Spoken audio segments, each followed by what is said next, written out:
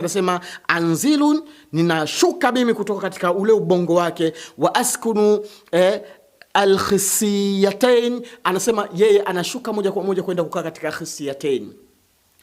Khisiyatain ni hichi kiungo kilichopo jirani na kiungo cha mwanamume. Yani kile kiungo cha mwanamume ile nani ile ndio shetani yule anaenda kukaa pale katika zile khisiyatain zile mbili zile yale makorodani mawili yale, ndipo shetani huyu anaenda kukaa hapo.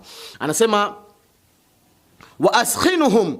Sasa kisha anaanza kutia joto katika zile khisiyatain, anatia joto kali sana katika zile khisiyatain, hata tanzilul hayawanati almanawiyya mayita, kitendo ambacho kitakachomfanya mwanamume huyu akija kuachia zile mbegu zake, mbegu zinatoka zikiwa zimekufa kabisa, zikiwa hazijiwezi tena, kitendo ambacho mwanamume huyu inafikia sasa pahala hawezi kumpa ujauzito mke wake.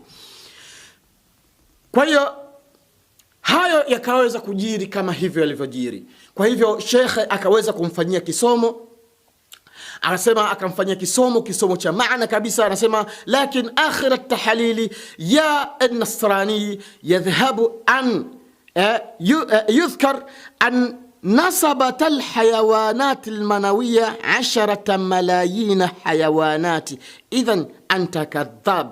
Huyu shekhe akasema sasa kumwambia huyu jini, akasema sasa wewe unavyosema kwamba unaenda kukaa katika zile hisiyatain zile kokwa mbili zile, kwamba ndipo unaenda kuua wale hayawanatul manawiyya, wale nini, zile mbegu za kiume unaenda kuziua. Sawa, kama unaenda kuziua, lakini wewe unavyosema kama unaenda kuziua, tambua ya kwamba wale mbegu za kiume wanapatikana mamilioni kwa mamilioni wanapokuwa wakitoka katika kiungo cha mwanamume.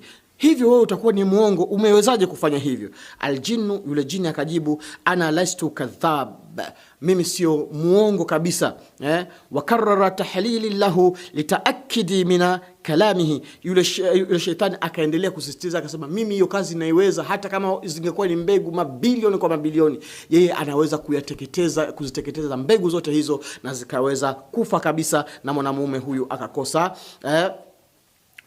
uzazi. Kwa hivyo ndugu zanguni, nimekuletea kisa kama hiki, ni namna gani wanamume wengi wameshindwa kuoa kwa sababu wamepatwa na majini kama hawa mashaitani. Ni namna gani wanamume hawa hawatamani kuoa kwa sababu wamepatwa na majini hawa mashaitani. Na ukimuuliza wewe kwa nini hutaki kuoa, anakuambia mimi bado nipo kwanza, mimi bado nipo sana, lakini hana lolote la kusema kwamba